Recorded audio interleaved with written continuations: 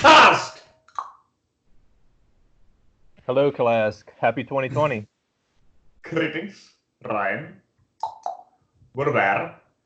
You are having those increments in your calendar and you were having something to share about those ideas. But first and foremost, before we are starting there, we have received from the vessel that there were some complaints, yet again, about our accent or pronunciation of your English language, and as far as we're concerned, considering those ideas might reach the individuals that were or are present that are having such problems. For example, we can speak more clearly with a smaller, lighter, slighter accent, easier understandable for the audience. But in this individual case, that's more of the vessel coming through and not so much our energy. So if we would have clear, easier pronounced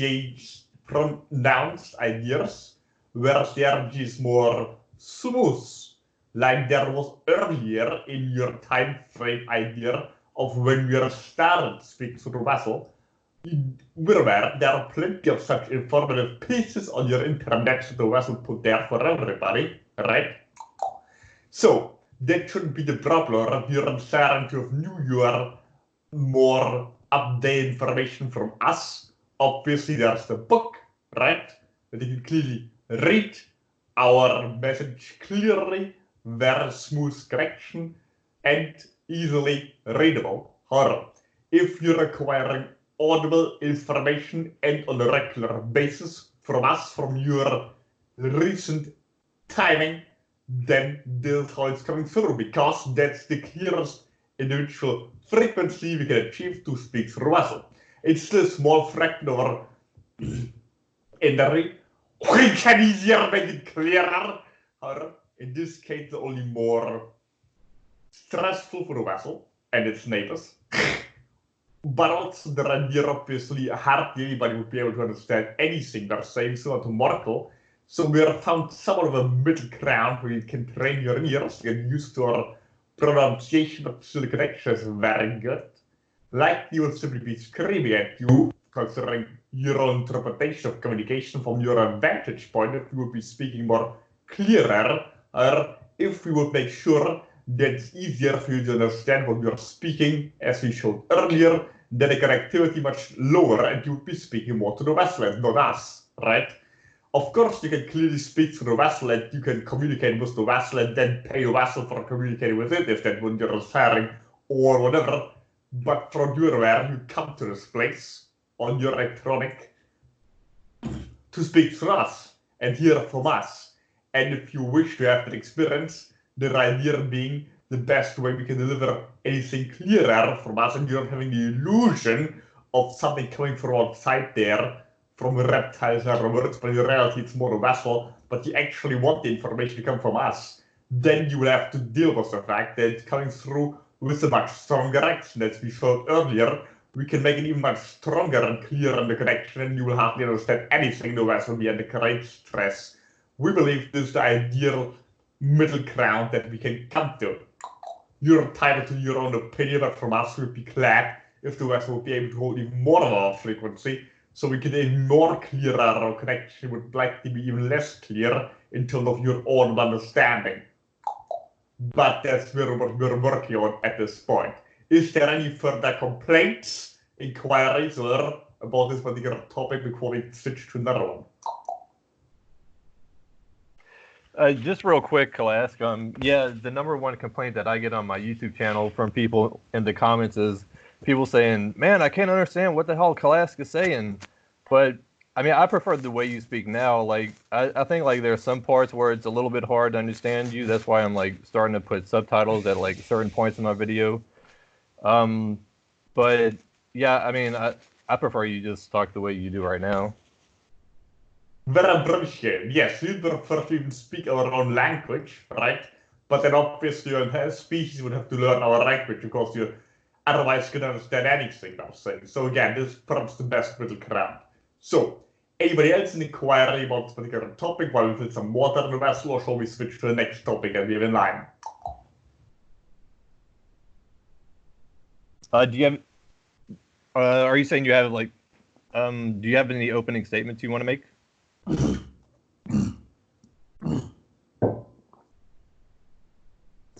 Affirmative, yes. Yeah, go ahead.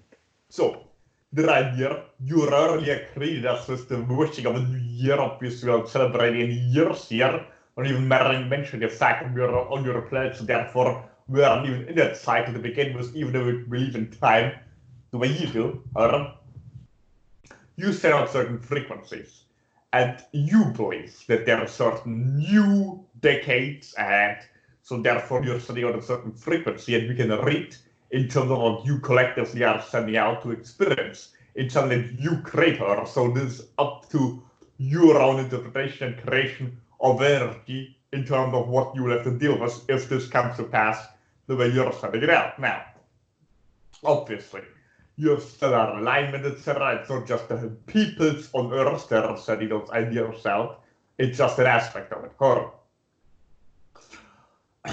We mentioned earlier, we will stress it again, particularly so-called private conversations and the written formulation, but now more clearly here in this particular instance, the idea, your spiritual concepts and your spiritual faculty, whatever occultism, esoterics, the whole conglomerate, all of those ideas will likely become more popular in your current upcoming decade than previously, right?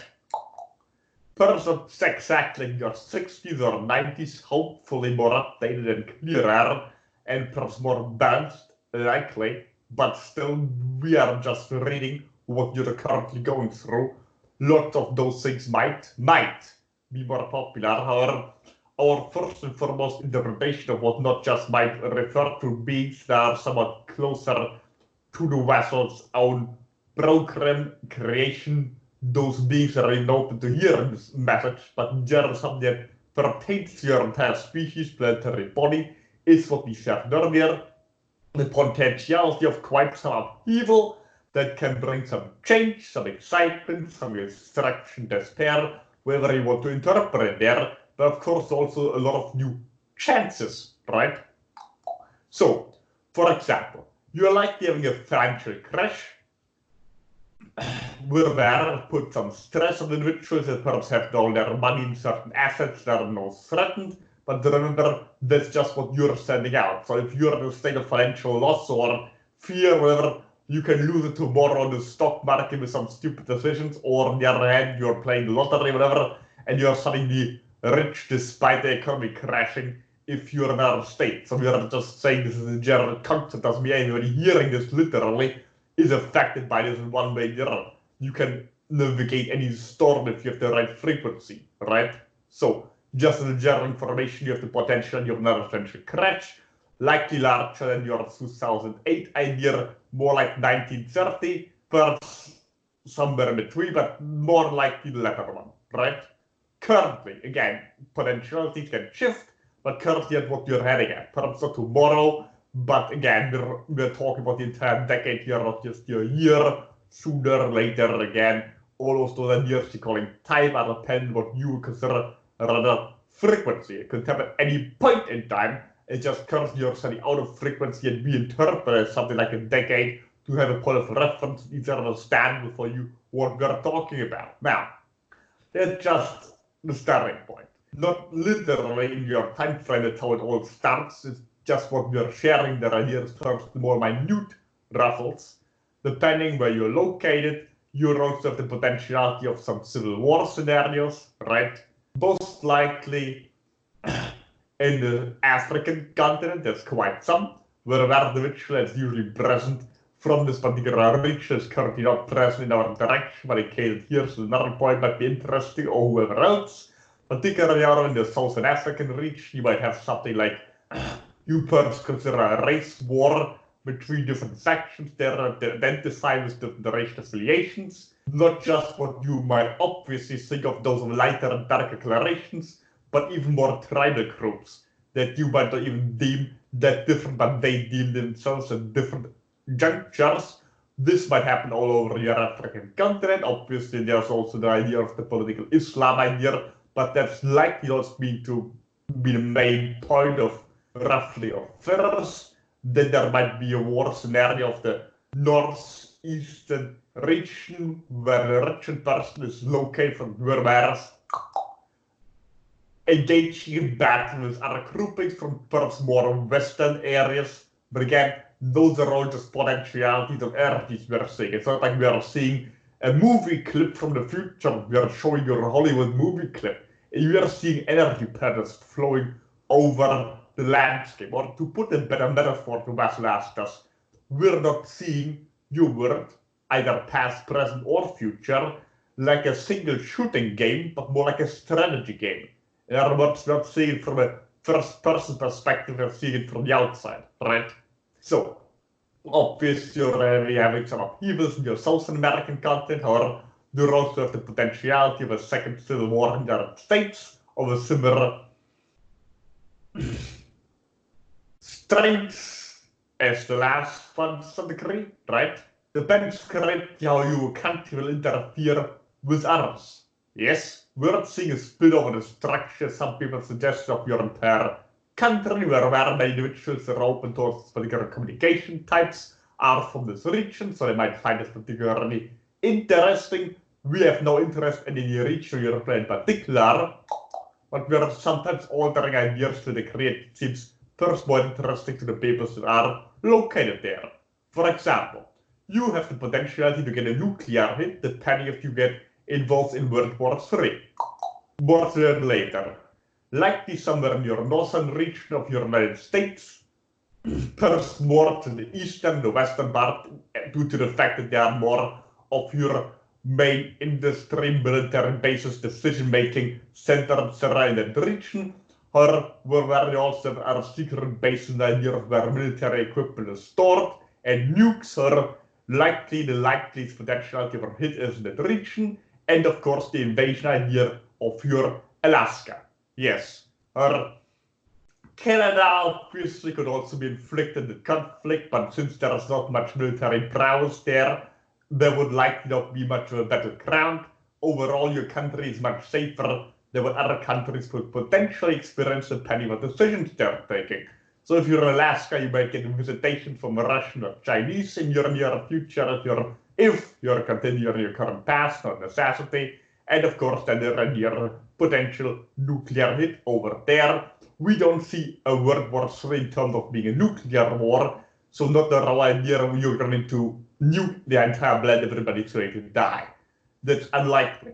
More likely, secret weaponry you're fully aware of even existing will be employed, particularly by the United States, or also by another faction we are mentioning more further from that someone affiliated with a grouping that's not really currently in charge of any country or planet. Likely, if you're wanting to look for a start, as we shared earlier already, of such upheaval, it will likely happen in Russia, not necessarily currently with the government, more than an idea of something that you consider terrorism happening also in the Russian region, but unlike in Western Europe and the United States, there will likely be much more resistance to it in that particular country, which could also lead to another civil war. In the United States, it will likely there are some communist socialist groups that might fire first shots in terms of something like a civil war scenario. Also, we don't see any time frame that idea of what happens first, a nuclear civil war. If both of those things have to happen, or only one happens, or both together, etc. Just general potentialities. Now, the Russian idea being more of the influence under the Chinese country, so creating independent states to align further or not. Also, the idea of this capitalist communist mixture economy, if this takes hold or stronger in Russia, and the Chinese troops are also infiltrating, you're aware, there's still stronghold of communism in the country, not particularly what many other countries will consider such, more than the idea of conservative Stalinism, or we're using words from the West's mind about those concepts. We're not familiar with your different political, economic affiliations, since we don't have any financial system that's close to any of your experiments on Earth. So we're just sharing potentialities there. Your NATO troops are putting a lot of ideas, and where the West had some interest in your contemporary politics. We're following it that closely, so we'll have to read from its mind, considering your updates in terms of where troops are positioned in your Baltic states and Poland. Likely very stupid military decision, or at least one will just further provoke the Russians to their ideas. If there should be a proxy war happening, obviously the Middle East is much more likely scenario. Also, anybody located Israel might likely locate Israel. Palestine, we're going to get into this whole quarrel you're running over there, but it has the potentiality to look like Syria should there be such a conflict, not necessarily because of the whole Muslim trouble over there, since the religious concept of your Abrahamic faith are always constantly fighting each other about who has the right interpretation. We're aware they're running the Iron Dome scenario, but it will likely improve not to be very effective should the Eastern Bloc make the decision to invade there in Syria and flow through all the way to Egypt, right? They will simply be overrun.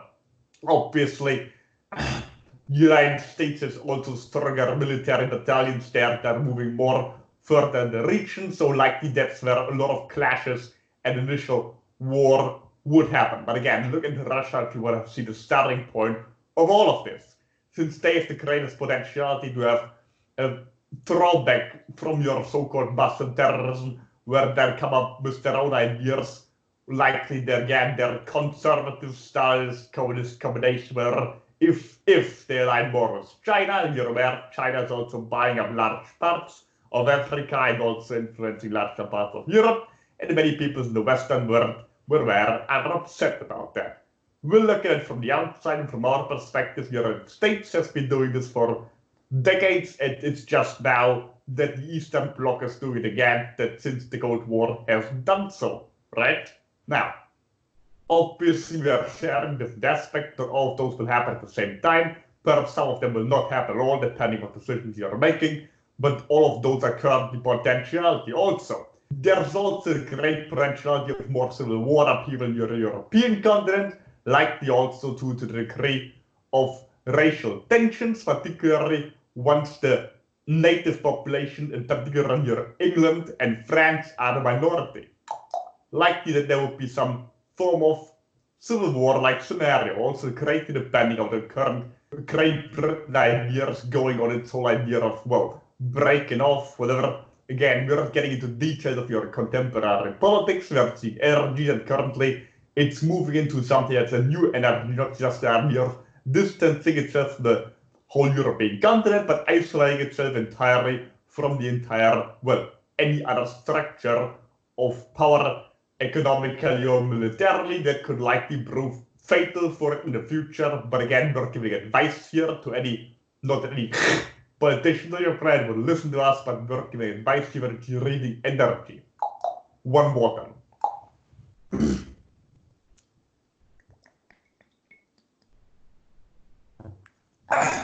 Now, obviously, there's the whole idea of what you're considering nowadays, your whole concept of white nationalism likely emerging in Western Europe, of all places, which currently many individuals on your work seem to locate further in the east, but what we're suggesting, it's likely if there's such an upheaval, likely in the west, due to, again, your racial tensions you're currently increasing. There's also likely going to be another wave of what you're considering migrants for whatever reason. We're also going to get into the whole concept of why they're there, if that's planned, if there's a reason of the general compassion, or if it's economic reasons, or military reasons, etc. Doesn't matter. Likely there will be another influx, particularly when you're having a more warlike scenario yet again, your Middle Eastern region, where there's also the proxy idea between your Saudi Arabia and Iran. And yes, there were the richest tensions with these different Muslim groups, but again, we are reading energy. So we are suggesting it necessarily because this prophet 100 years ago or whatever said this, and therefore it's not about that. It's about energy. Just as your economic reasons. You're aware your capitalist, communist economy. We're also not suggesting how you should run your economy, or if there's a conflict because of your economic differences. It's energy. It's currently playing out in such a manner. In the medieval times, it could play out religiously, or with different ideologies, or with different countries, where it's just currently you have chosen to use those names and affiliations of your different concepts that are you're calling capitalism and communism, or the West, the East, etc., etc. We're not going to get into details of interpretation. It's just the idea you're setting out frequency, energy, and then it translates and interprets itself in a manner that emerges in a certain region where certain people, due to their genetics or gender, socioeconomic status, etc., or even just location or religion, are identified with one thing or the other, and then they're congregating around it. And we are reading it from the outside. Now, then the general explanation. Now, you also have the potentiality of having communist dictatorship in your Western European region, particularly France is the prime candidate for that, right? Especially due to your current, dispatch over there into the whole concept of economic imbalances, etc. Again, we're not going to get the details here, a general concept. And then, of course, there's the whole concept of, Turkey. Your Erdogan person currently having great potential of causing some upheaval. Most likely due to its indecisiveness what continent or group they want to affiliate themselves with. The whole idea, are they Western or Eastern, Asian, European, African? The whole idea, they're quite wishy-washy to that extent, and they also would like to get involved with Russia. But we cannot see if they're going to be at war with Russia, or if they're going to infiltrate certain groupings there, but all revolves around the Turkic tribes in the region, so not just their country, but more the whole groupings that identify as Turkic, a general amassment. So we're not saying a certain person that speaks a certain language, we are seeing an energy. It's just the groupings that currently identify with the label of Turkic tribes all over the Central Asian region. Likely, Turkey might see themselves possibly in the situation where try to hold a helping hand, or to engage in terms of creating a larger imperial influence, which then might involve the Russian Civil War that we currently see as somewhat of a great potentiality, where possibly some Muslim groupings might clash with communist groupings, while the latter are also somewhat nationalist affiliate, where there's some dichotomy there in your own ideological understanding. But again, we're reading a certain energy here that you currently don't even have a name for, that might clash with the other energy in this particular region, which then again, depending if those two countries, Russia and China, ally, and many other smaller ones will join them or not, might create a new power block, which will push forward then, which too likely none of their neighbors would be prepared properly.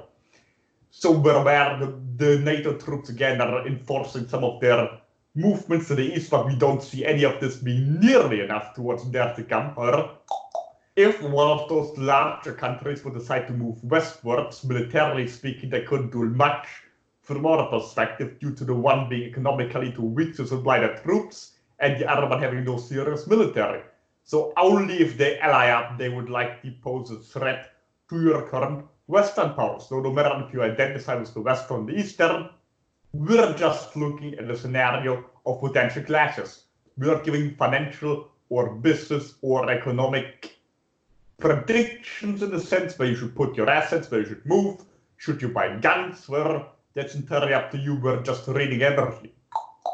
Now, England is perhaps the least decent place to be in such a scenario due to their non-affiliation with anything. Currently, they could likely shoot themselves in the foot due to their unwillingness to, ally themselves with anything else more powerful. They are still acting like they are an empire. They are no longer so standing on their own. They will likely get obliterated should they engage in conflict with any of those parties.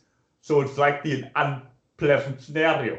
The Holland, Netherlands are likely also, particularly useful since they're close to the England region. So if there should be a nuclear hit there, for example, over in the channel, not saying there likely will be one, but it's at least a potentiality. There would be a large flood wave. So the whole North Sea coast was not very smart to be at in those junctures. But again, we are giving you time, we are giving you certain dates. We are speaking about an entire decade and the potentiality. All of this could also play out entirely different. It's just what we are currently reading. We could also tell you that tomorrow everybody is going to have a big awakening, everybody is going to be channeling, aliens are going to land on the White House lawn, everything's going to be fine. There are plenty of those predictions constantly, your so-called airy-fairy, whatever community, and we are suggesting any of them should stop putting their ideas out there. We could put some more positive ideas out there as well, but we consider it more important to warn you of potentialities, of likelihood of uprisings, that you can even prepare yourself for, because usually when you're prepared for all outcomes, yes, trust us, we're very much equipped for battle. If you make military plans, they always go wrong, or at least nothing ever goes according to plan. But you still need a plan, because if you have no plan at all, you're going to get overrun either way, right? In other words, if you position your infantry there, your air force there, your marines there, and then you get attacked from a completely different position, you can renegotiate them, you can relocate them, and you can still battle. But if you don't even put any troops there whatsoever, because you figure, well, we don't really know where they will attack, so we just wait, then you will likely get spotted and run over pretty quickly, getting down here, right? So we're just providing you with certain information, where you go, what you do, what you affiliate yourself with, east, west, none of those. That's entirely up to you, but likely there's going to be no region that's going to be completely untouched by a coming war. So even other fairly smaller regions will likely just get overrun or occupied by larger military economic blocks due to their desire to control the regions in the country, much like in your earlier world wars, except this time likely it's going to be more destructive and more people going to die than your previous two world wars combined. Remember, you also have more people, so percentage-wise, it might be similar if you create such a scenario. Again, we don't see a nuclear war. There might be nukes, particularly from the east side to west, not so much the other way around. However, the west might likely employ other technological means that nobody on the current planet is even aware are existing currently, which might be some form of what you are asking for, disclosure of military technology at least. It is also the reason you're currently weaponizing space. Obviously, it is already weaponized, it's just now becoming more efficient. But both sides have weaponized space to some degree more than they both admit. Now, with both sides, they're speaking here of the east to the west. Of course, there are smaller, non-affiliated countries that will likely choose either side should there be such an outbreak. And yes, the political Islam idea will likely also play a role. Or they will more likely join the east and the west, but likely both factions will join both sides. So there are either some will join the east, some the west, but more the east, and likely those are joining the east are likely also going to use their current people in your European country as military as much as they can, which will likely not succeed and rather be a backthrow for them and fall on their feet, but not without creating a lot of upheaval. First and foremost, over here in the Wessex region, again, the England and France idea likely going to get even further, and perhaps also smaller country by this whole idea. The Eastern European area, however, would likely much more suffer from an earlier Russian advantage that managed to blow through as quickly as we were, but likely again they're going to take the southern route because of most of the native troops are stationed further up north, where they will likely get cut off from supply troops pretty quickly. Again, in general, in this war, supply troop or cutting off supplies will likely be the success for either side that are trying to win the war. In other words, both sides are throwing through. We're talking about the European continent from either side to the other one.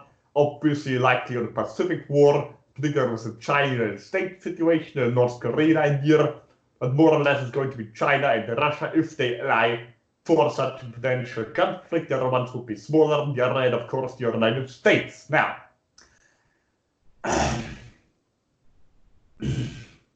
there was other, well, then of course there's the whole potentiality of your financial crisis being triggered by such or happening earlier, and of course a civil war scenario might happen at the same time or earlier or later. I'm not suggesting here any particular fallout of events, except that likely in Russia there would be the first civil war scenario before anywhere else it crops up, simply because there would be more resistance to your current political movements in your current migration and economic disasters you're creating for yourself. And obviously the United States, for example, it seems somewhat sitting more safer over there, creates all political friction due to their indecisiveness where they want to take the economic future in terms of your socialist capitalist experiment, or whatever you want to call it such. Now, you could touch further more on your African content, but since the person that's usually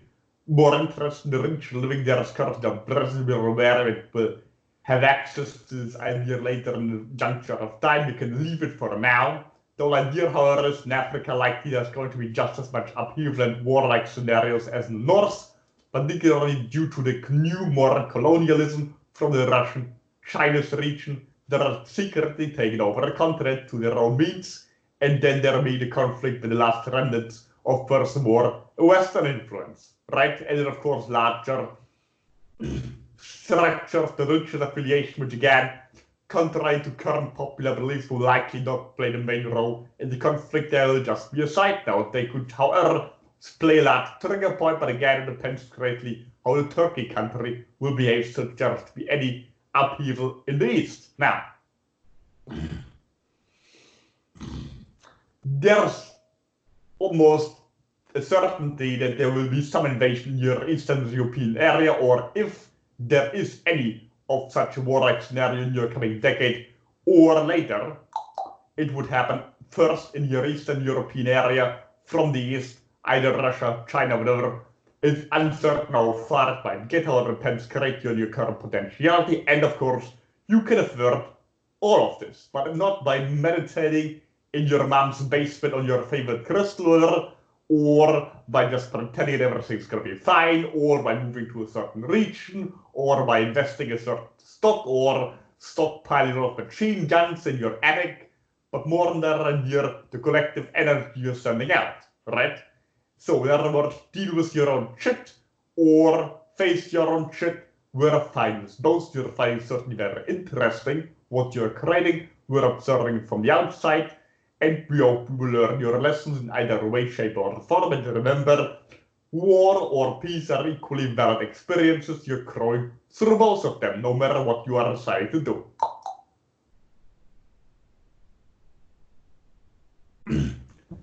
Any further inquiries over this whole topic or any particular details you wish us to enunciate or elaborate on while we still some water in the vessel, or shall we go somewhere else?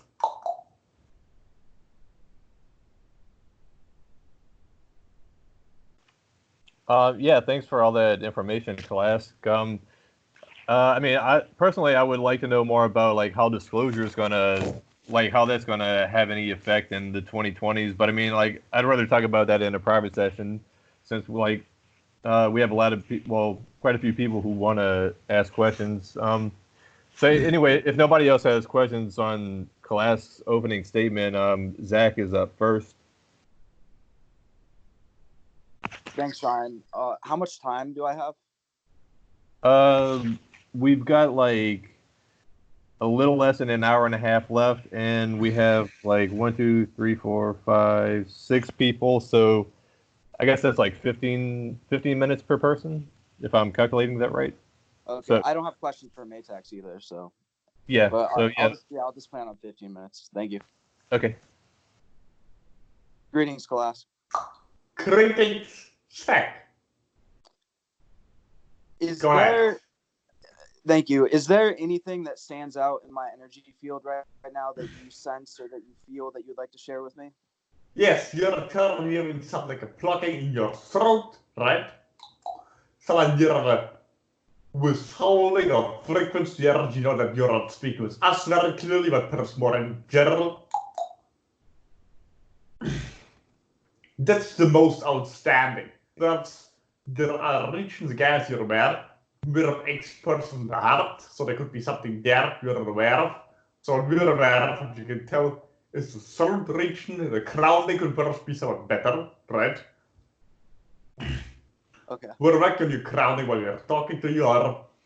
If you express yourself more clearly, are you always speaking your mind, so to speak? Or if you're speaking, are you making sure you're saying what's necessary and important?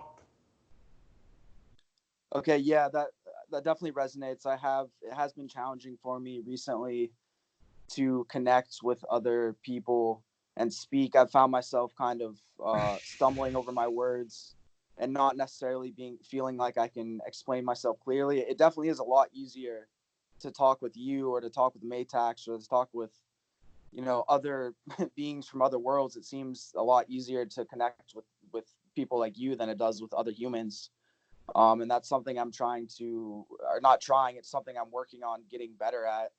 And I feel like I need to be more human in the sense that sometimes I spend a little bit too much time in this esoteric field and I don't spend enough time like actually being grounded in this physical earthly realm. But it just seems so fucking boring to me most of the time. Like so much of like normal human activities are just of absolute zero interest to me. I could not fucking care less. And do you like? Is there anything if you were well? I think I already know the answer to that. I was gonna say if you were me, what fun activities would you engage in? I'd probably end up in jail if I engaged with most of those activities. But I guess is there is Yes. is Western there complaints to us about super ideas in your regular basis, considering the border of your planet compared to being able to communicate with entities as us, right? And once, of course, you are in such an awareness, your mundane past tasks on the Earth might become even more mundane, right? However, very often when you're restricting your flow of information, we don't necessarily suggest to go all of your way to intend something to be not, right? Sometimes just retreating and not to communicate at all might be easier on your throat in such instances, but then again, you might get ungrounded, so then you need to take care that you're grounded. Of course, also when you're getting involved, you're very wishy-washy, whatever the fuck, right? Then also can be very ungrounded, but you don't need to be ungrounded just because you're studying the occult, so to speak, right? It can still be very grounding. Depends what energies you're dealing with. Now, a potentiality, for example, to have something like a hobby, a free time activity, right? That's not necessarily involved with the esoteric field. If you enjoy a certain sport, etc., or reading or studying a certain, perhaps more literally earthly subject, right?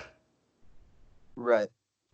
Yeah, I think that'd be good. For most of my life, I was an athlete and I engaged in sporting activities and up until through college, and that was how I gained most of my friendships and most of the connections I had with people were through sport. And since I graduated from college, I feel like that is something that's been missing in my life.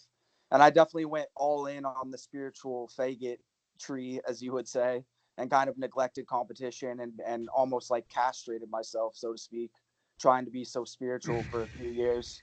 And so I do feel like I'm finding that balance in embracing that competitive nature, but at the same time still having what I consider to be a healthy sense of integrity and not causing undue harm to others and being as of service as I can be. And so yeah, I think it really is just a balancing act for me currently. And I do feel like I've wavered so much. I've been so bipolar, and that specifically when it comes to like substance abuse, I can go a couple months being completely sober and totally fine and working out, meditating, and then I fall off and I just drown in alcohol and don't care if I live or die and just engage in all kinds of unhealthy behaviors. And so like currently I'm in a upswing and I feel good and I've been consistent with, checking all the boxes, so to speak, as far as meditation and diet and working out. But I still feel that lack of passion. And so yeah, it's just, yeah, I mean, well, yeah, thank you. Again, a lot of I've noticed more and more with these connections, I can feel the energy, and so sometimes I just like quickly divert from one subject, but it's just because I feel that the energy of what you're responding with already, and so I already get the answer. So I'm just going to move on to something else. Is there a particular entity or reptilian entity or collective, perhaps Swank or another reptilian, that you would consider benevolent towards the human species that has a message for me, or that would perhaps want to be channeled through me in some way? Clank, yes.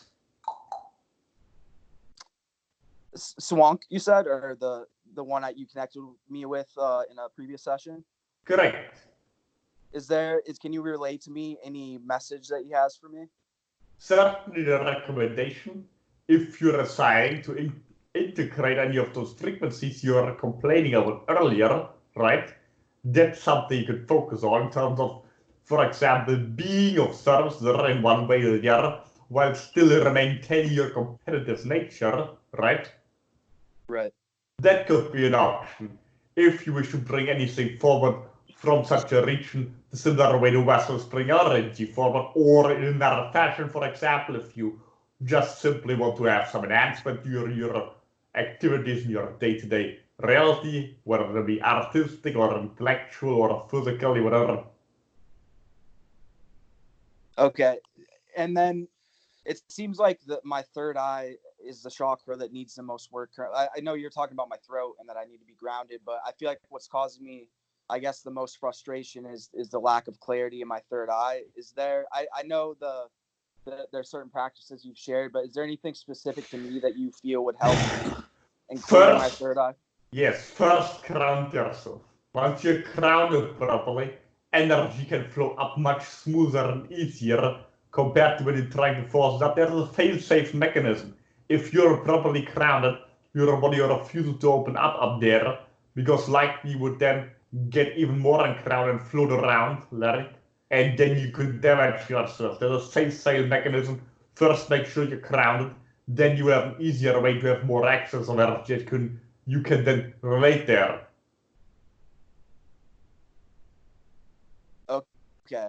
So from your perspective, it really is just as being as grounded as I possibly can. Yes, currently more grounding. Once you are there, then you can focus on the third eye. The whole idea of just certain mental exercise, etc.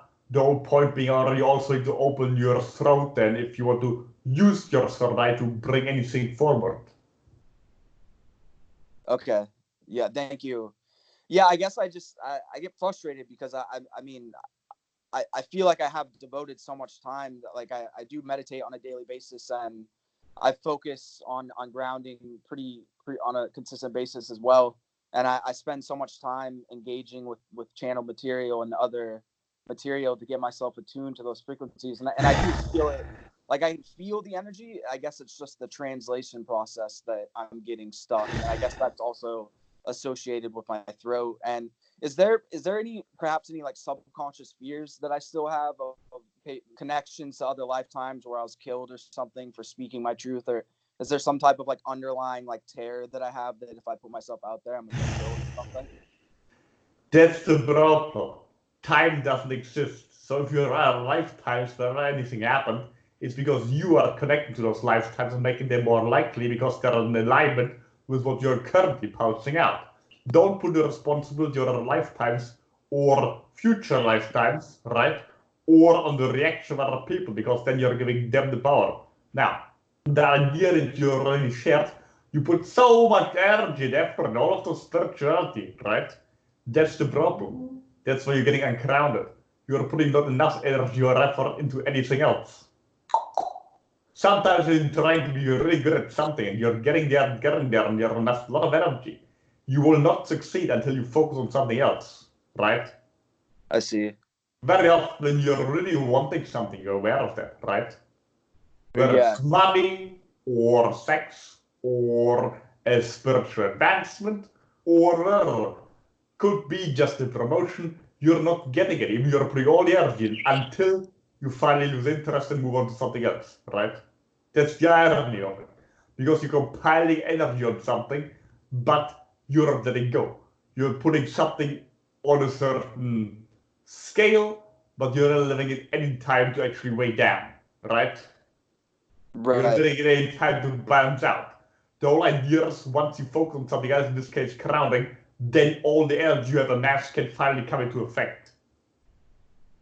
I see. Okay, yeah, and I think kind of tying back to like a hobby of some sort, I think if I join some type of just recreational sports league or something, that I feel like spending time doing that and getting my mind off of all the esoteric spiritual stuff would allow some of those seeds to sprout, because I wouldn't constantly be focusing on the fact that, oh, it hasn't happened yet. Because I feel like, I guess that's my problem, is I'm constantly posting out the energy of it's not here yet, it's not here yet, it's not here yet, it's not here yet. And so, yeah, I think letting go is something that I should certainly embrace. Right.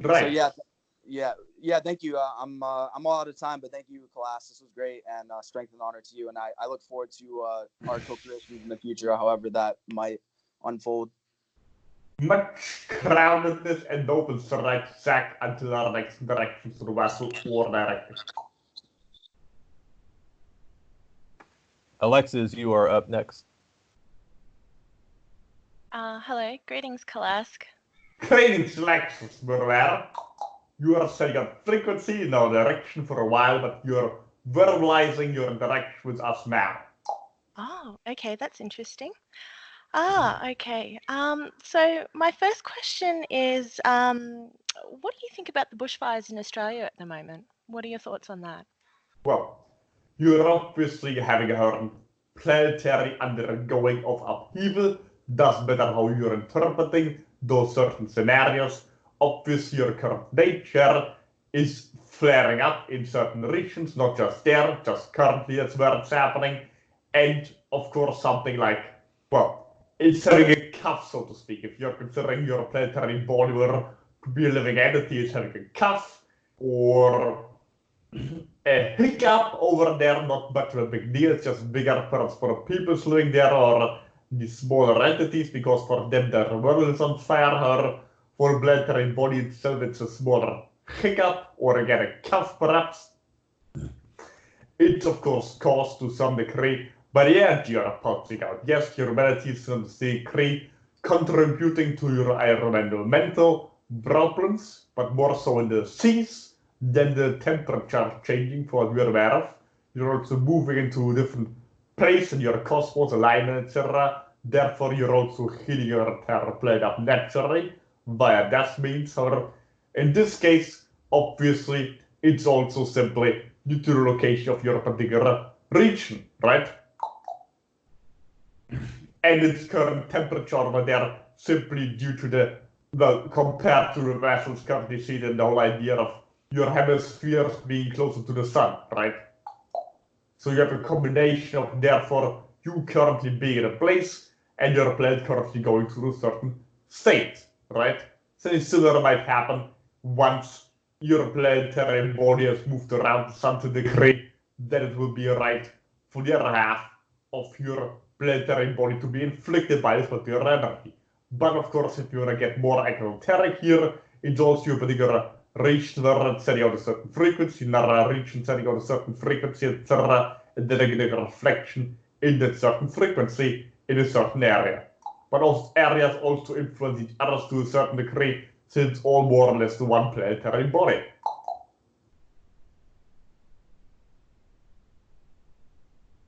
Oh, okay. Thank you. I just got one more question. So you seem to be like a more self-serving entity, and I'm just wondering what do you gain from like these channeling interactions? Like, this seems to be more like a service to others sort of interaction, I guess. So I'm just curious what you get out of it. We would like to answer this very important question with our favorite sentence. Service to self is service to others, and service to others is service to self. Yes, the whole idea being we are first and foremost self-serving, but from a vantage point, at some point you're realizing once you're evolving to a certain degree in the cosmos, right, that you're getting to a point where you're getting in more conflict with others if you're purely self-serving, and therefore due to the build-up of conflict, you are no longer serving yourself and you're getting yourself involved in more conflicting ideas that are not as beneficial compared to if you are less serving to yourself. That's the contradiction in your English language, perhaps. reach its limits. Also the other way around, many of the areas fair nature realizing the more they are serving others, the more they're getting to a point, right, where they no longer can afford such, and they need to serve themselves as well because they're realizing themselves to be more a part of the entire whole, right? So if they stop serving themselves at all and only serve others, they will eventually deplete their capacities and can no longer serve anybody, right? Two extremes. So in this case, we're learning, for example, how to use what you consider your heart region. Our arms are closed down, you would consider us psychopaths if we were to incarnate your species, right? And therefore, we are not expressing those emotions you consider normal, perhaps, or empathy. We would not consider psychopathy to be a personality disorder. We would consider empathy to be a personality disorder. Very strange. If any individual in other species would behave in such a way that we consider normal or perhaps even religious concepts to be advisable, we would consider this person having an empathic personality disorder and relocate them to our, well, we don't have psychological specialists, we would likely annihilate them, which of course also ties in more with our societal structure you might consider psychopathic. We don't use those labels and terms, we're just using them from your own species to have a point of reference that you understand, right? Now, we are realizing there is a certain benefit in using what the cats taught us, using emotionality or even love as a compass, right? Because you're an easier than sensing shit that otherwise you would not be aware of if you use, for example, on your radar to determine where an enemy ship would be, right? If you have something like an internal radar, you can also build upon, then you have the possibility to read frequency much clearer through the emotional state, which is what we're gathering and gaining from interacting with your species in particular, since your species is not just overly emotional, but you also have emotional swings, right? Mood swings, etc., particularly of females were aware, but in general your entire species is constantly behaving in such a manner that we would consider perhaps very peculiar, sometimes self-destruction, but always interesting, and since you're able to interact with our energies, unlike some other beings in the cosmos that shut us completely, but still you're also venturing over extreme emotionality, we're finding very useful to interact with your species, to gather information how best to interact with those frequencies you're considering emotionality. But that's just a general concept, or in a nutshell, there's much more into it, since some of you also have some of our genetic influx and our past interaction with your planet. We've been there before, and we had colonies in your planet before they were wiped out. So there are numerous reasons we are currently interacting with your planet. Does this answer your question sufficiently? Yes, thank you, Kalask. I have no further questions. Just it's an honor to talk to you. Very appropriate. Likewise, if you're more interested in our species, we greatly recommend the book that we put forward with the vessel merely about the topic that you just acquired upon.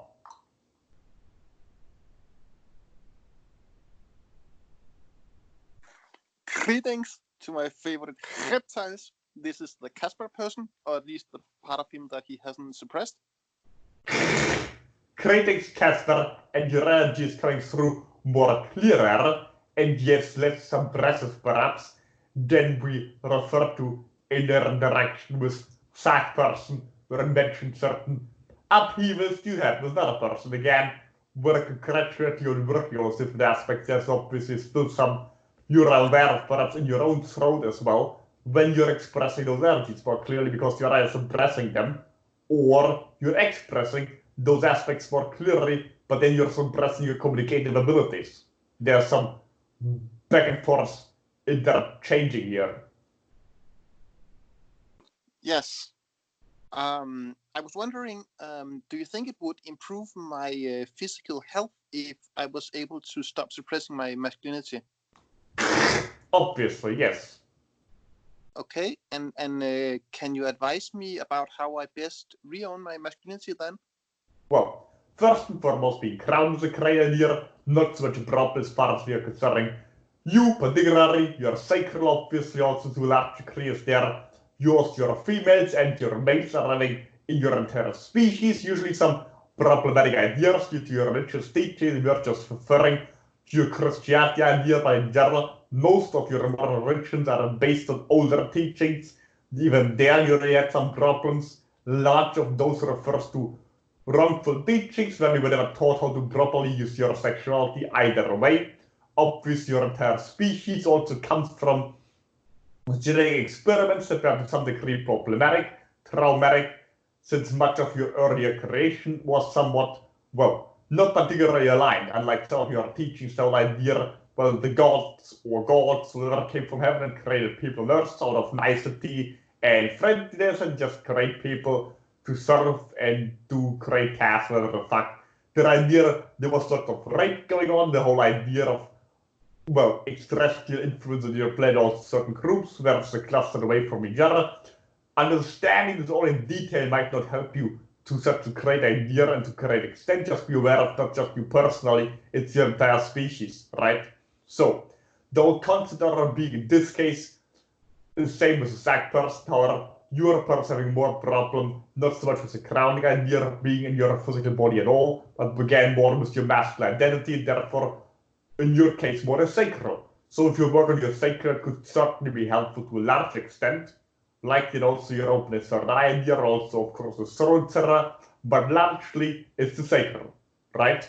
So if you're on your sexuality, for example, that's always a great idea, and we're even sharing the whole content you need to go around have sex with anybody, or the whole concept you need to go around and compete in any sports activity that a Zach person enjoys, or you need to perhaps embody that idea of a soldier or a business tycoon or archetypes you've created on your own planet of a masculine idea, but just own your own sexuality would greatly be helpful, right? For example, having sexual fantasies, right? If you're suppressing any of those for one reason or the other, we're aware of different religious and political or societal correctnesses that are appropriate for one person or the other, etc., etc. And from our awareness, they're all restrictive and unhealthy. The ideas if you were simply more open in the moment, right? That would greatly be beneficial for you in all instances, no matter if you're currently interacting with a female or with yourself, or not at all. Just be fully aware of any of your sexual ideas, interpretations, sensations, and be fully accepting of all of those, right? Okay. Yes, great. Also the combination of aggression to a certain degree, right? Sorry, could you... Aggression, sexual aggression. Okay, you say I should have more sexual aggression. Just let that out, it's already there. Okay, yes. Sexual prowess, whatever term you prefer, right? Yes. Okay. And then I'm also wondering, now that you were giving predictions before, or rather reading into energy for the Earth. Potentialities, yes. Potentiality, yes, sir. Could you tell me how long time you see it lasting before we get some kind of free energy devices like the ETs would have on spaceships, so that we have abundant clean energy? Well, this again could likely tie in with the disclosure process we shared that could happen from certain groupings that are currently aware of such technologies, but again, it would likely happen during, we're not giving you time frame, such this month of this year, we're not seeing time. We're also just using the idea of this coming decade because you have a certain expectation of a certain region in time frame that you are calling a decade for us a certain frequency that can play out itself in one way or the other, and we will stretch itself over a period you call time. So this can likely happen when the secret technology is employed during an upcoming war or such a scenario by the United States or certain groups affiliated with the Western region, not particularly this particular border to the Rhineland, etc., but more an offshoot group that's currently not located in this particular vicinity, but still somewhat located. Well, we are giving details here for our own inherent involving those for the Western's own sake, or this grouping could raise some free energy, whatever the fuck you're calling such, not necessarily what for some people in the world expect, like the more transitioning period, perhaps the cleanest energy you have currently is solar power. What you could do, however, is since your solar power is very weak and very expensive in production, and if you're using it individually, is shoot a satellite instead of weaponizing space. You could shoot a satellite outside of your own atmosphere, it's closer to the sun.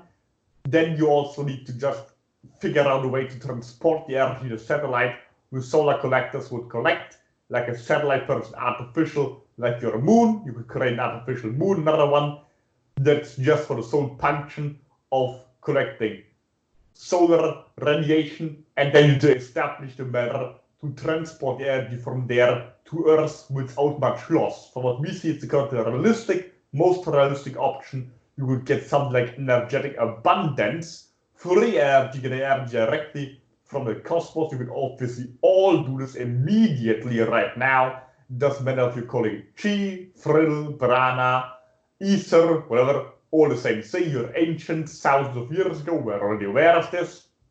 However, if you want to use it for machinery, machines, this disclosure will likely happen through the military using it, since many of them already are aware of it. But then again, you're aware, the first involved in your plan is usually military equipment, so one that's used in warfare, no party anymore needs to keep it a secret, and then it can be employed in your peaceful manners, right? Okay. Currently, what we see the most likely scenario.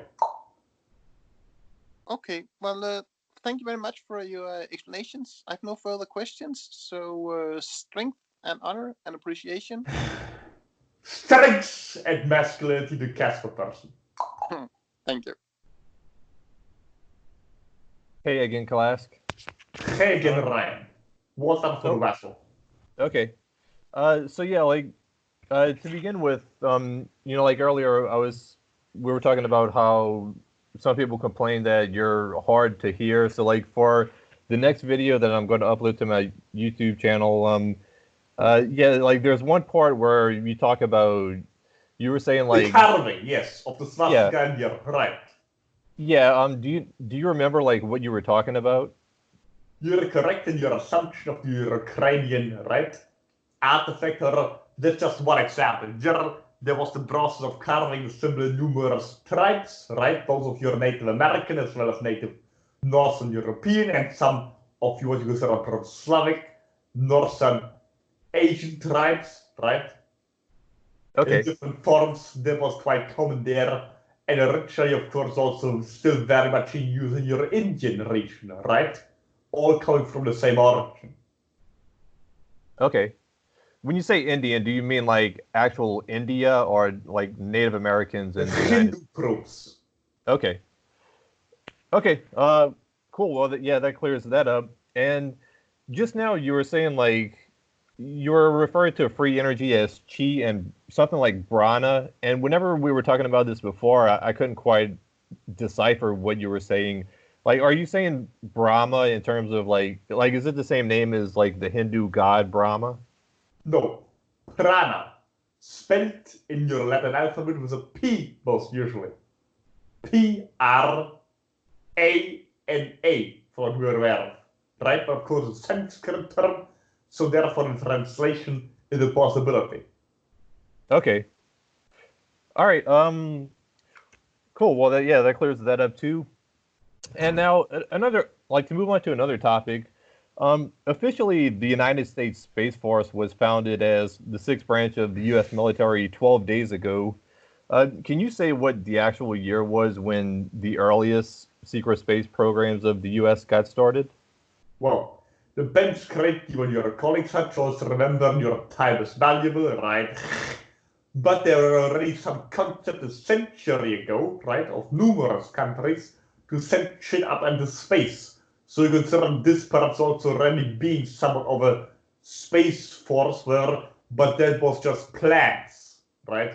Just plans with the Russian region, yours, the vessels, those different concept aspects all create something like a space program on the paper, right?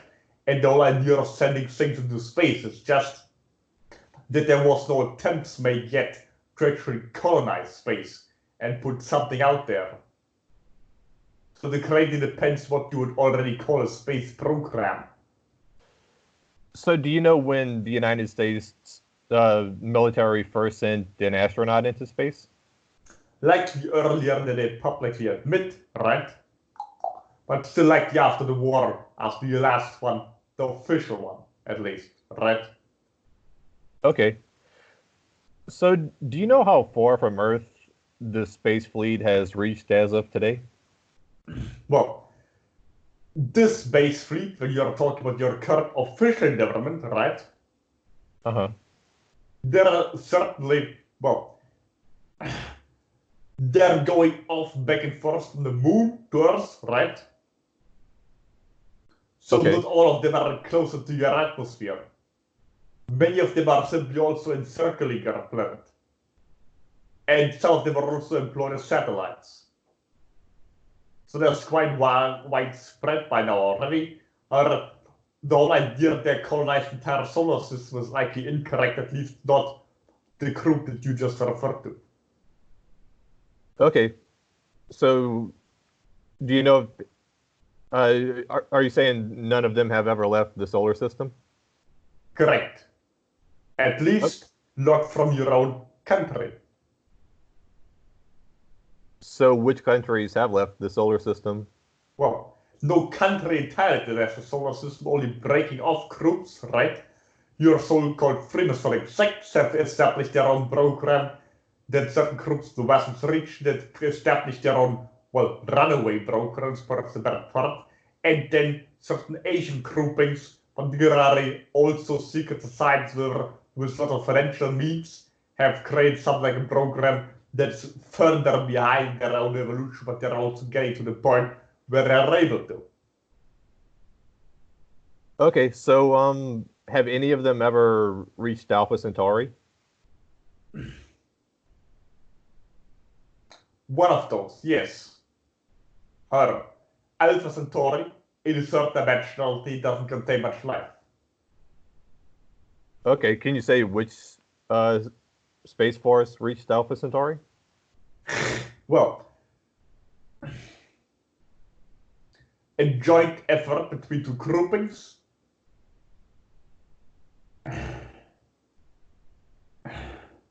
Not that they're affiliated with any group on Earth currently that's doing anything. There was some collaboration between different secret societies that established such a program, likely from Europe's region and the West's region, but not necessarily affiliating themselves with any particular country or mover on Earth. Okay, We're also so not sure if there's any established connectivity to your planet currently, except the moon.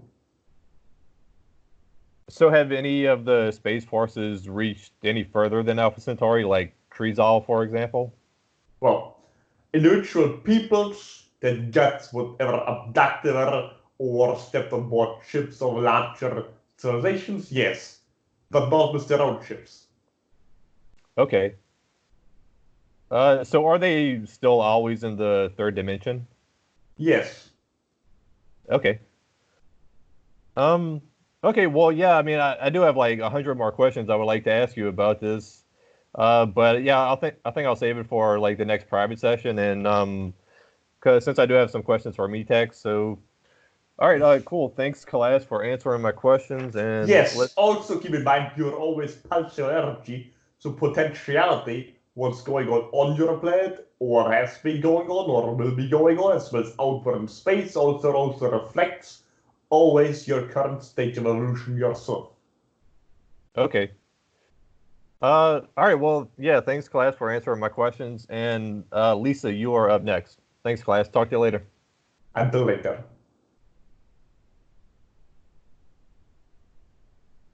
Hello, greetings. Greetings to Lisa person, yes. Yes, greetings, Kalask.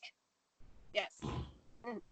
It was great. I mean, I've been listening to everything, and there's so much that has been talked about.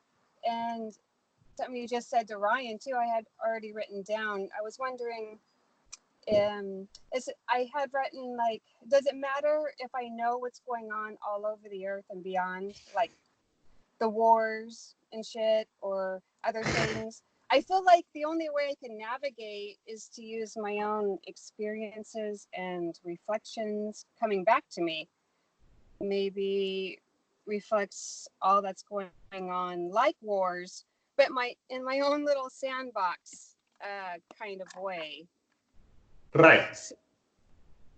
Yeah, okay, because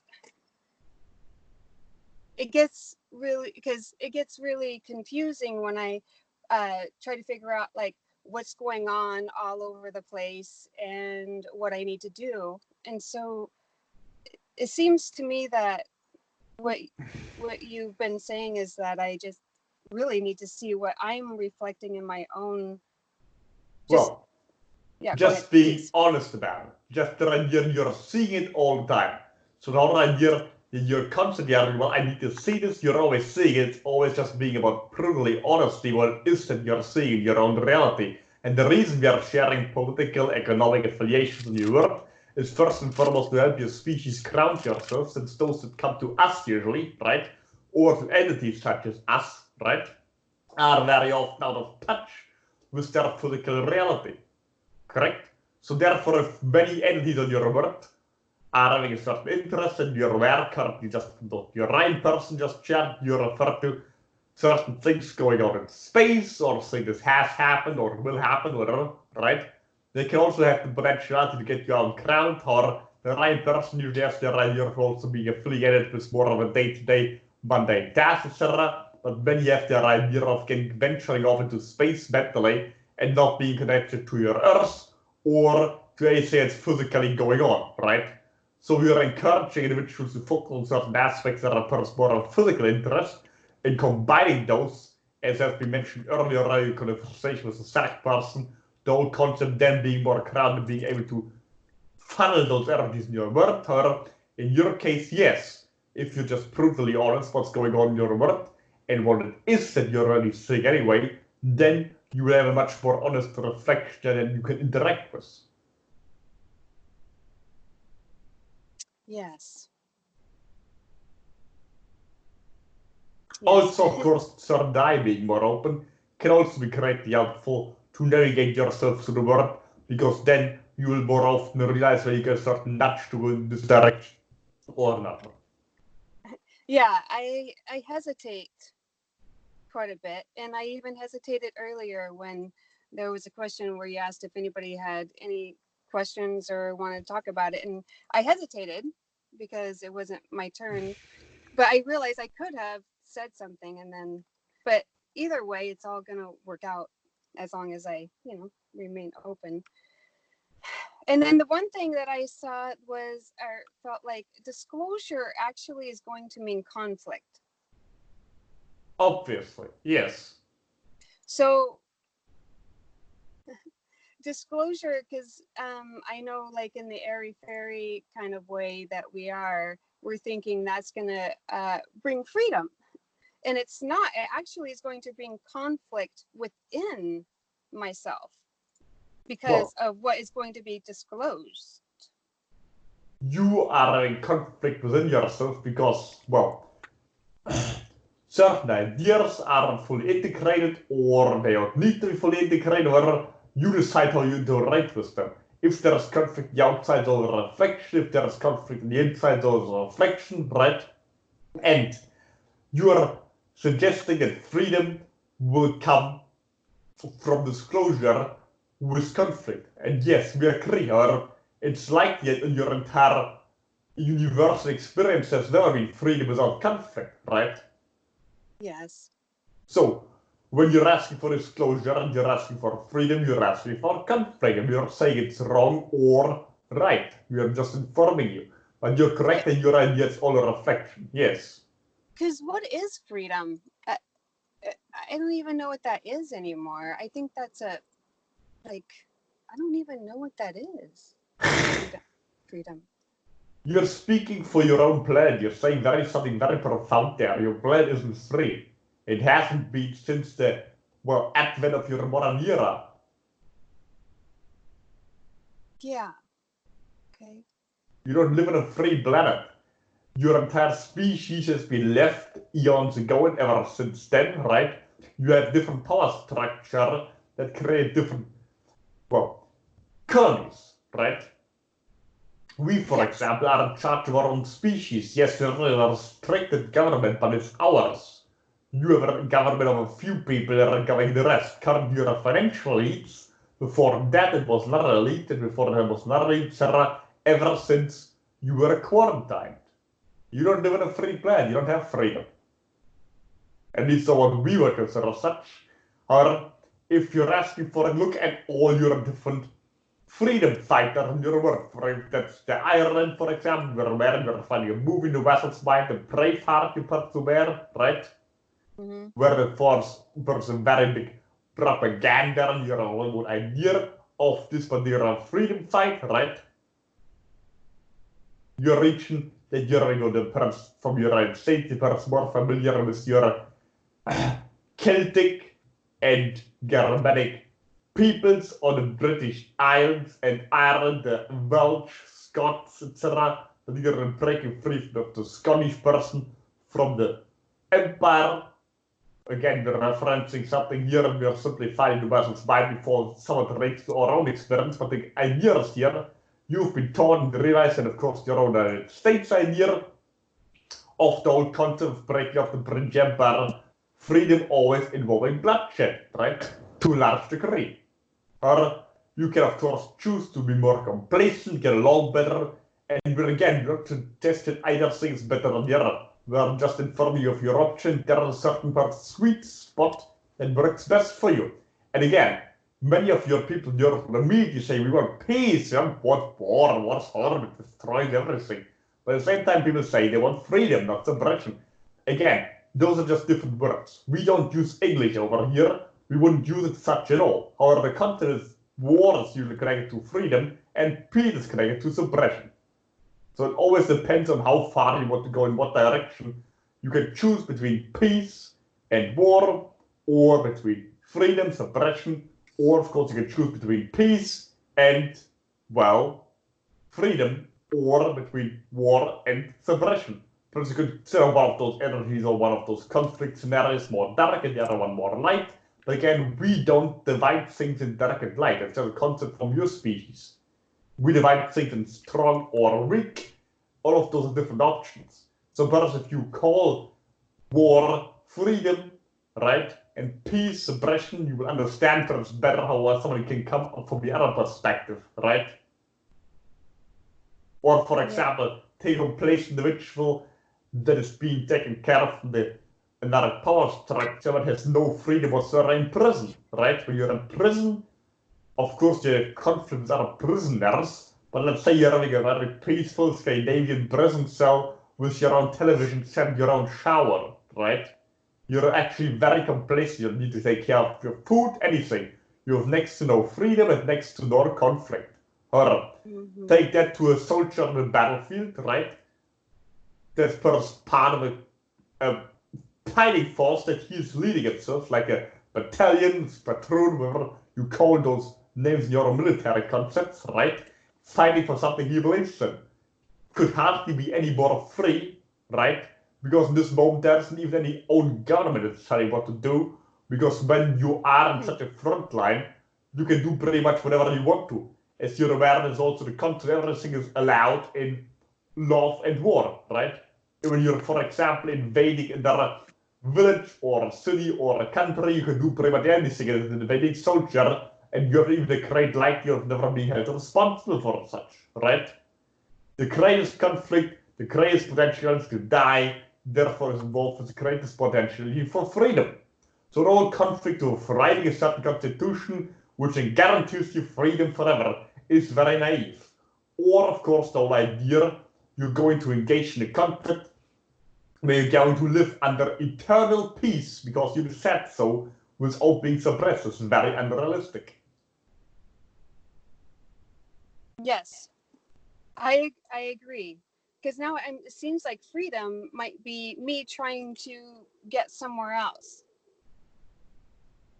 Right. Because I'm free. I'm already free.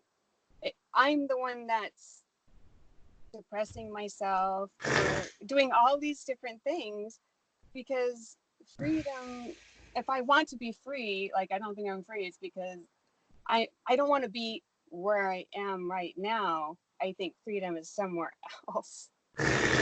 Well, then you're sending it outward simply, right?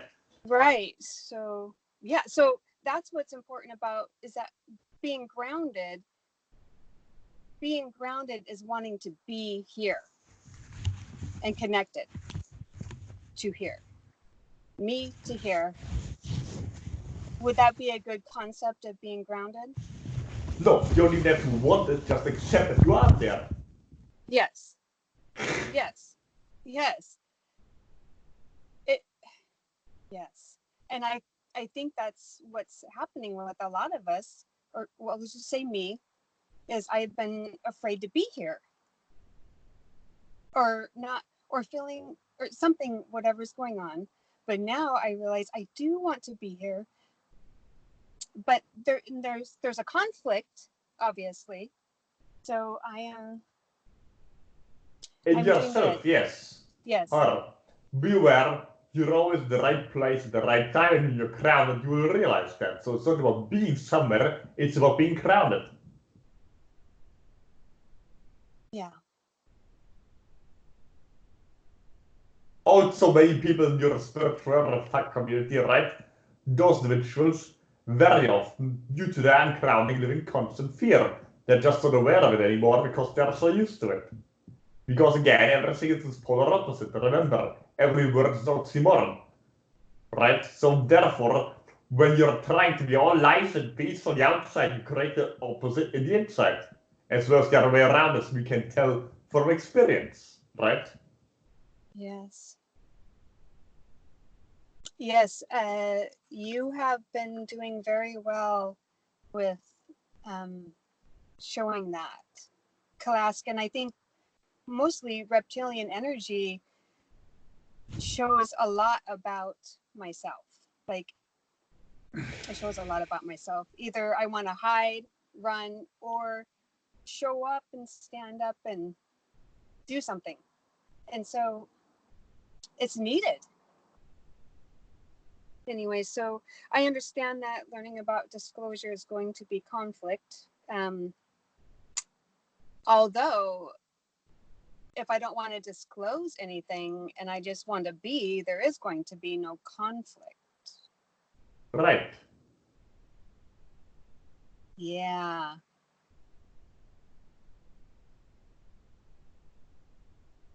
Your choice. Yeah.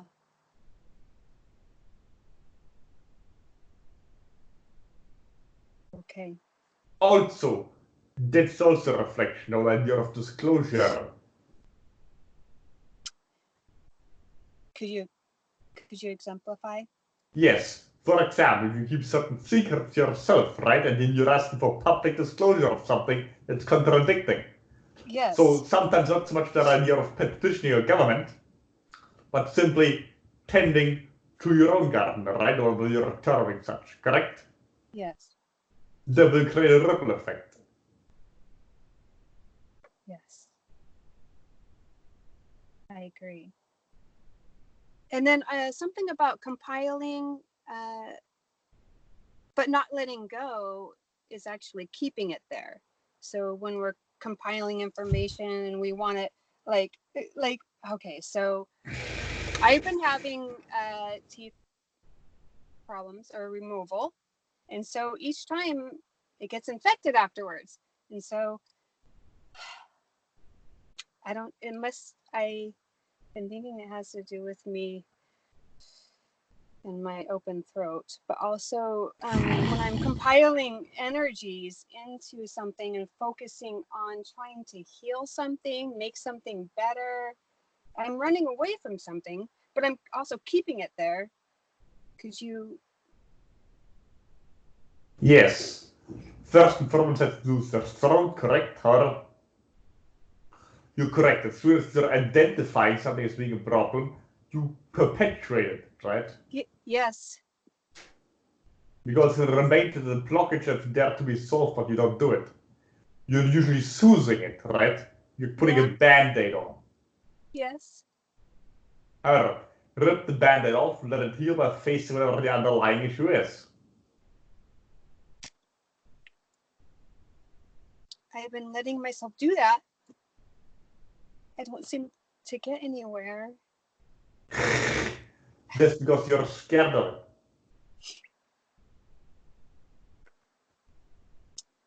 The uncertainty more than anything. Figured that. So I think I've been confused, or could you elaborate on what it means when you say open my throat? Well, express yourself more clearly. We earlier referred to the disclosure, right? The idea you will need to petition your government, more the idea of you disclosing yourself, for example, right?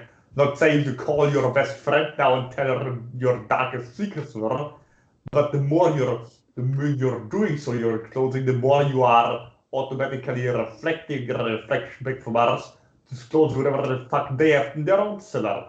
Not saying you should or you shouldn't, just that's what you're creating. And if you're in interest in disclosure, it's usually because you want to know more and it comes from sharing more, right? Yes. Op yours is first naar individual, we're not going to name any particular individual, particularly that did not wish to bring forward any more information through another vessel, right? For fear of copyright, whatever the fuck, where people normally through the vessel are concerned about intellectual property, etc. We're not so much the idea, mainly because we're there. If you do so, you're restricting the flow of information, right? So very often when you're asking for disclosure, what you're really asking for, subconsciously, is for yourself to be more disclosed. That's what I figured. Lisa, we're about like at 20 minutes, so Oh, can okay. I mean, like maybe just ask one more quick question. Yes, thank you. Well, I don't have. I think what was being talked about is good enough. It opened up a lot, I think, and I appreciate what you have to say, Kalask. You're very welcome. Also, remember, this too is just a reflection. We're also just sharing what you have in your own energy, right? Your own higher self. So therefore, we can of course continue this conversation in more private manner, unless you want to wait in your own time frame for another increment of a month. Or of course, if you're able to get the information directly, you can also communicate with us. I see what you mean.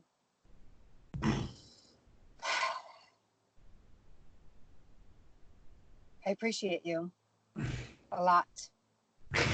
Appropriate. I appreciate me a lot. Likewise. Appreciations, strength, and honor, Kalask. But openness and disclosure or is most beneficial in your current direction to Lisa. Agreed. All right, Kalask. Well, that's everybody who has questions with you today. If you don't mind, can you bring in Metax, please? Some water, then yes. All right, thanks.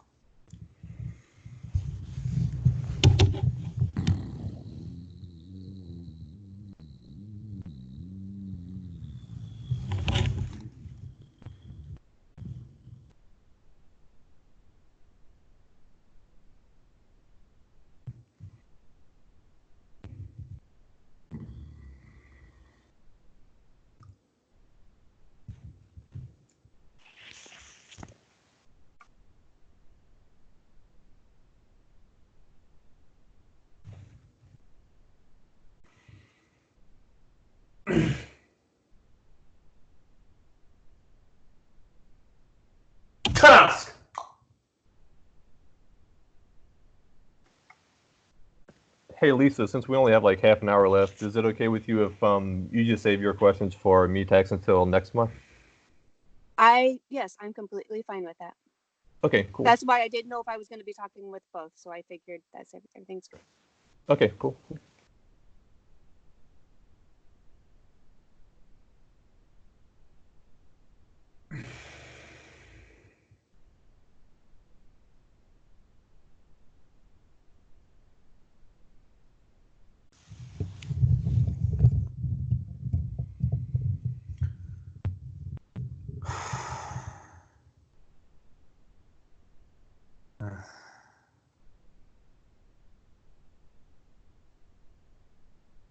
Greetings.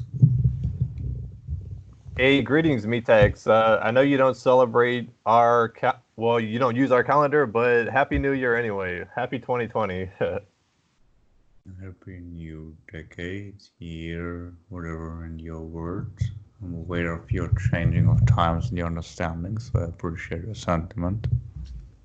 Yeah. Well, yeah. Like, unfortunately, we're a bit short on time. So, Tran, I guess you can, yeah, you can go ahead and jump in and go first if you're ready.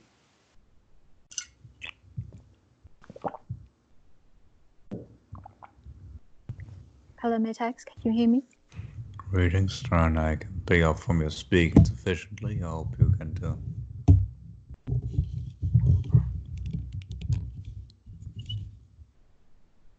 I was wondering if you had a message for the group, since it is the beginning of another year and the beginning of another decade.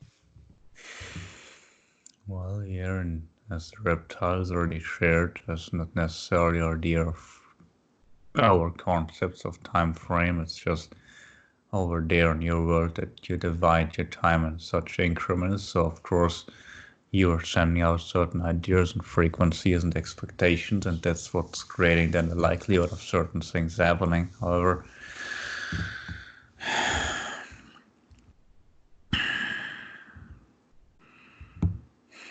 there's certainly the whole concept of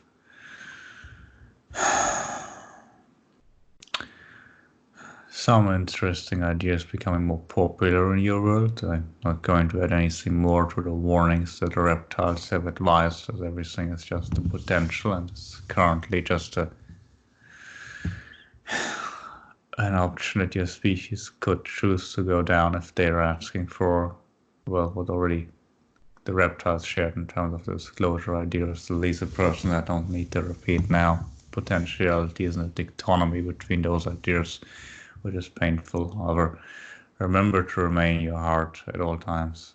When you are in your heart, you have a good compass that gives you the best recommendations where to be individually or collectively, and what decisions to make, no matter where you are, no matter how lost you might feel in your world at times. If you're in your heart, you will not only feel more connected to yourself and others, but you will also have a great compass that will guide you along the path also.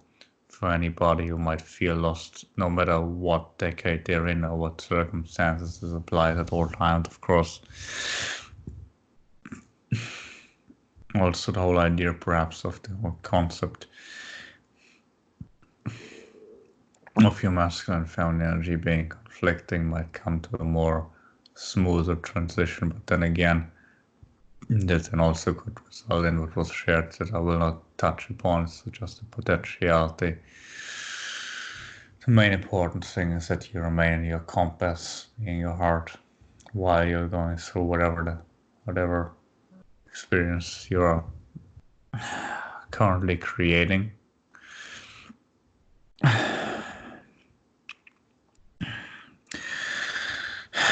Not going to make any further predictions in terms of a contact scenario. I'm aware many beings have said this through other individuals, physically, allegedly, or not physically in instances. Everything is a potentiality, but currently the form of conversations that we can have are the ones that I'm having right now through David, which is of course also helpful to beings in your world. I'm personally planning to land on your planet in your current time frame reality that you're currently going through. others might or might not. I'm not going to comment on that. I'm not privy to everybody else's information. Potentiality is always there, but remember, the most beings that are currently observing you and interacting with you are not physical, so if they were appear on your planet, you wouldn't see them anyway, and those are also the ones that are currently most willing to interact with your planet. You can consider the guides if you want to apply a certain spiritual name, or angelic beings, or demonic beings, or whatever term you prefer. Metax, can you please clarify? I'm not sure if I heard correctly. Did you say that your race is intending to set foot on Earth in this current time frame, or is not intending? It's not intending, however, others are. Other beings that prove a more humanoid nature, and just because I'm personally not intending doesn't mean it's impossible to have any form of physical interaction. We have been on your planet before, quite physical. We could do so again, it's just currently not in our intention, because there are others that are more closer to you in frequency and looks that would be easier for you to interact with. Also, since you're still going through those upheavals that reptiles share, that's not something that we want to involve ourselves with, unless your entire planet would go through a process that could wipe out all human life. That's something that we would interfere with, but that's currently not what I see happening. Thank you for that sharing. The next question I had was more of a specific nature. I was going to be going on like holiday or vacation from my job for approximately 2 weeks, and 1 or 2 days before I was due to go on this vacation, a major problem happened at work, such that I've had to work almost every day of my vacation. Are you able to help me interpret what this symbolizes? Not very complicated, really, from what I can fathom. More the idea that you are not allowing yourself to relax simply because you're under a certain level of stress that you're used to. And there's a certain unwillingness to be unproductive, even though it's for your own benefit. There's also likely your sense of responsibility for others more than yourself. Also, perhaps something where you could need some more self-appreciation, perhaps. You're currently having a strong energy still going on, but remember, if you're going through those upheavals for longer, what you call time, what I would call a greater amassment of frequency, you could create a certain breakdown event where you force yourself to sickness to be in such a state where you can no longer be able to work for a certain increment of, again, a certain time frame, whatever. If you continue on that path, that's entirely up to you. So there are two aspects: one's responsibility towards others to the creative field of sacrifice, and of course then also the concept of simply being used to a certain level of stress that I would even consider the greatest cause. And you're not quite able to snap yourself out of that mindset, so even if you're intellectually planning a vacation, your subconsciousness is not. Yeah, okay, that's really helpful. Thank you. You're very welcome. The other question I have was, during this holiday, I've been I've not been working every single minute. I have been able to take breaks here and there, and I find that I'm just watching a lot of Netflix, and I'm really drawn towards shows that kind of are medieval and involve a lot of monster fighting and vampire and demon type shows. So I'm not sure if Dave is familiar, but I've been watching Castlevania and I've been watching The Witcher. I just find it really interesting, the concept of people going around and slaying demons. It seems to have a connection with shadow work and integration. What would you say that reflects, or is it as simple as that? Well, it's one way to interpret it, of course. However, if they're slaying demons, and David's not familiar with any of this, but of course the general concept I can read from his mind shows or representations in your blood in general of those demonic representations is usually that you're not necessarily integrating, but you're still refusing and rejecting certain of those darker aspects. Mm. The whole concept of making friends with your demons, perhaps, is something that comes to mind. But then again, remember, conflict itself is also part of the dark, so maybe you're also integrating conflict itself. You don't need to divide things around lighter or darker, it's just an easier term to understand those concepts in your world. Ultimately, you're always struggling with yourself, and this self-struggle can also be a form of improvement. It's also not something that I would judge.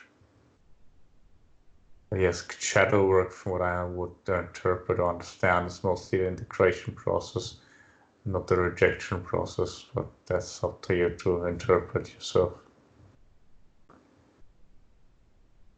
Yeah. Okay. So first, there's certain aspects that you're currently struggling with, that you're seeing in whatever representation there is.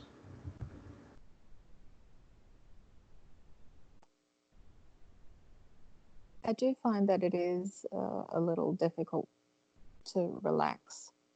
And I sometimes look at my cat and I wish that I could just turn off completely like he can. The point is that he is not turned off, he is turned in. Inwards. Inwards. Yes, so the whole idea is not just to turn off and be nothing, because to many of you it's a scary idea, but more the idea of to tune into your own self, or the cosmos, whatever term you like to use, to plug in and be connected. Because there's again the aspect of you that also doesn't allow you to go on vacation. There's the same aspect as then chasing you around and creating those reflections where you have the sensation that you're fighting a battle internally or externally. However, if you're understanding that you're doing something quite a lot when you're tuned in, like he is, then you first have an easy understanding that you're not wasting your time, which is impossible anyway. But that's another story.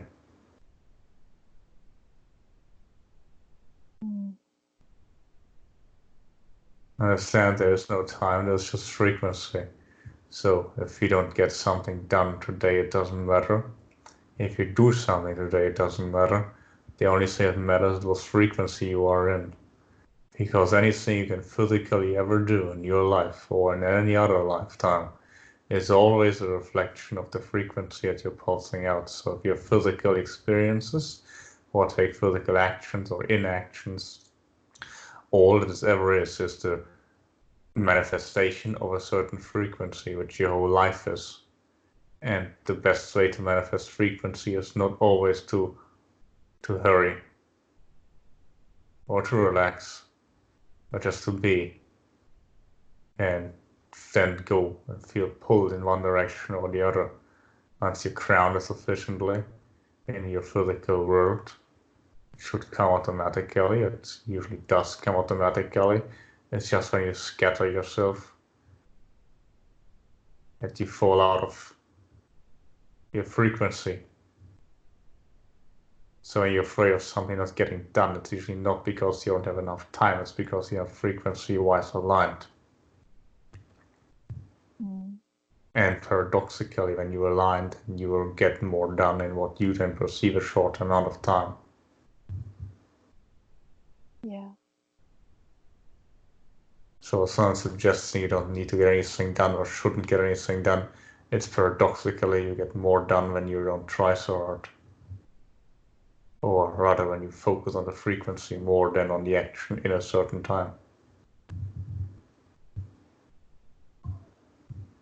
Okay. And self-love and appreciation is always important. Yes. That Because- is my new year and new decade resolution. Make it a new decade, a year manifestation. No need for resolutions, just manifest it immediately and keep the frequency. Because remember, your new decade is also just a frequency, not just a time frame. Hmm. But it's a good way to phrase it, that's what helps you. Okay. Well, thank you very much for this interaction. Much love to you and your kind. Much relaxation, peacefulness to drown, and of course always feel free to call upon one of our kind if they're physically present in your world or not for inspiration. Yes, I will do that. Thank you. Much love to you. Until next time. Until next time.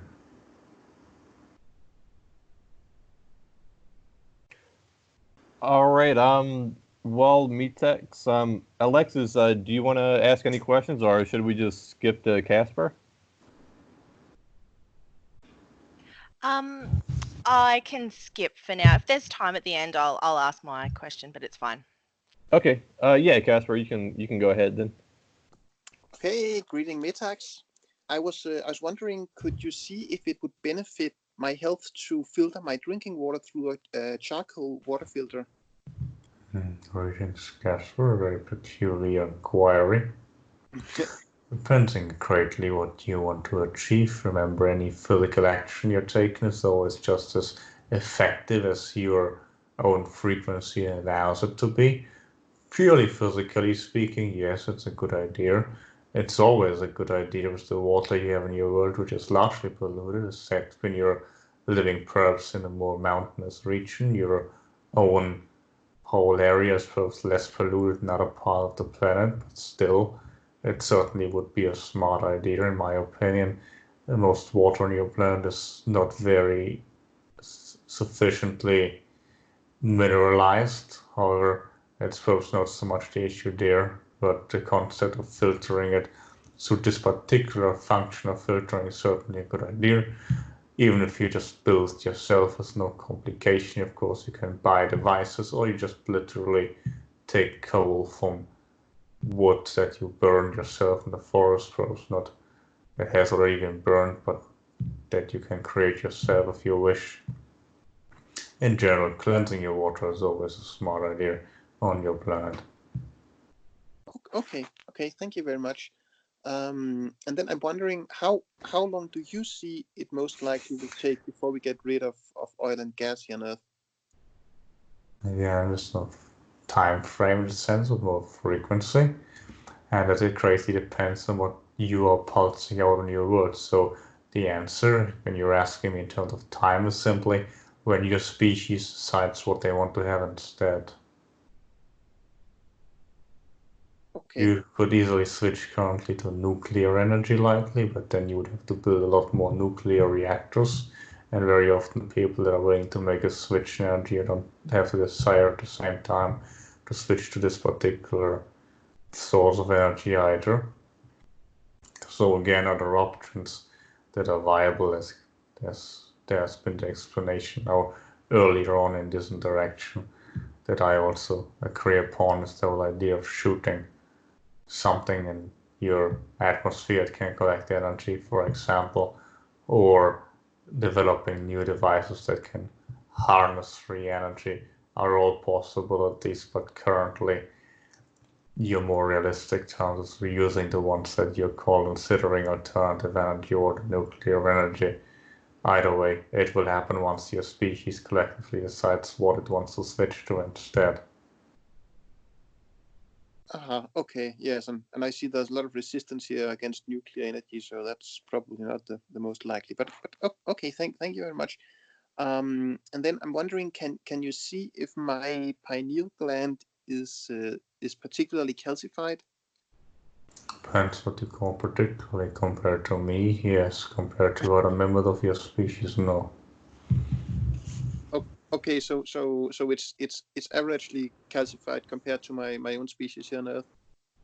Possibly somewhat less, but it's always a reflection of your third eye anyway. Your third eye influences this particular gland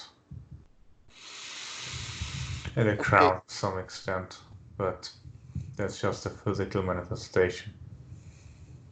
Okay, so would you say that just focusing energy on my third eye is the best way to decalcify it, or would you suggest other remedies to do that? Of course, the whole idea of avoiding certain overabundance of fluoride or unclean intake is also helpful, but mostly it's an energetic process that will have this effect. Also make sure you remain grounded before you do any of this. Okay. And then my last question: do you have any advice for me, particularly regarding channeling or my health? This relates right to the idea, yes, be grounded still first and foremost, and of course if you want to use your third eye for channeling, that's a great option because then you have an incentive to do so.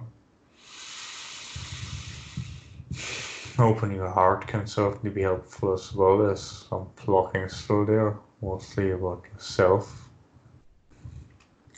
If you open your heart further, it will be easier for you to embody any energy, whether it's your own or that of others. And again, considering what the reptiles shared, no matter masculine or feminine or whatever else energy, when you have more love for your current self, lighter or darker groundedness and whatever, then you will have a much easier time of reaching outside your own consciousness. Okay, well, thank you very much, Metax. That was all the questions I had. So much love to you and to Sihar and meow. Yes, very appropriate greeting. I will share the love with you as well as mine, of course. Much love to you.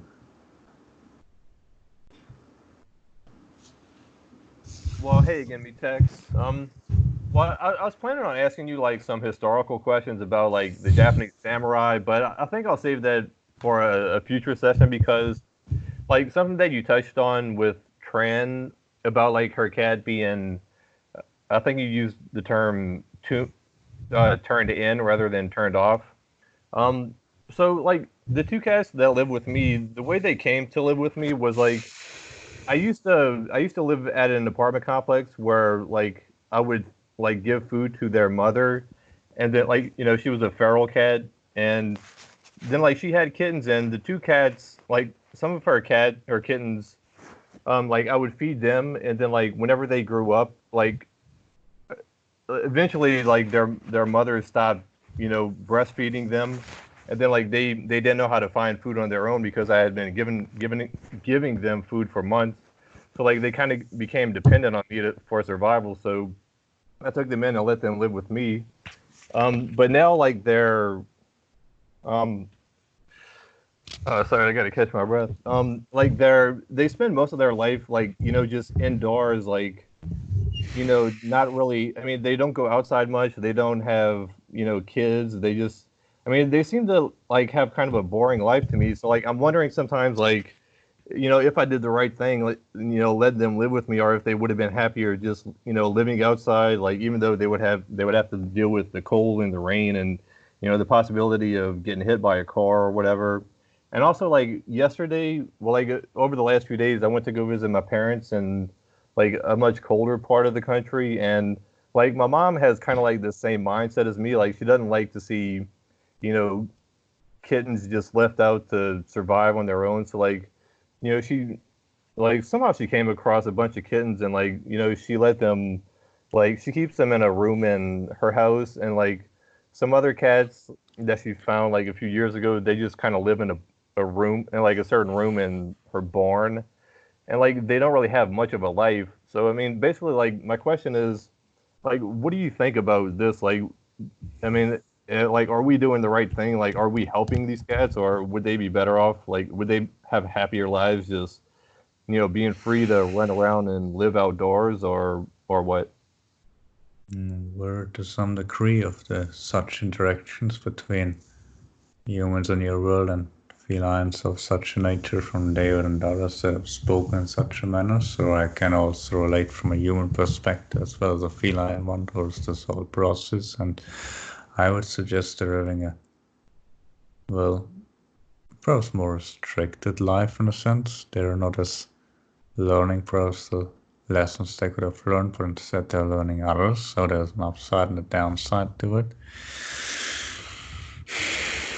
I personally would suggest that it's better for entities to live in a natural habitat in general, of course, but also many feline beings in your world have changed it for a long time, and not just entities, but their entire species that you consider domesticated. It's perhaps more beneficial to them for roaming outside in general, but since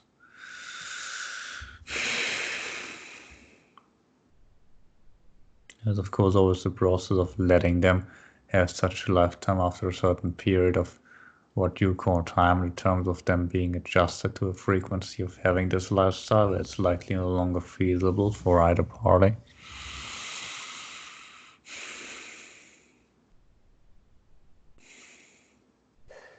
Yeah, I mean, I'm sorry. Go ahead.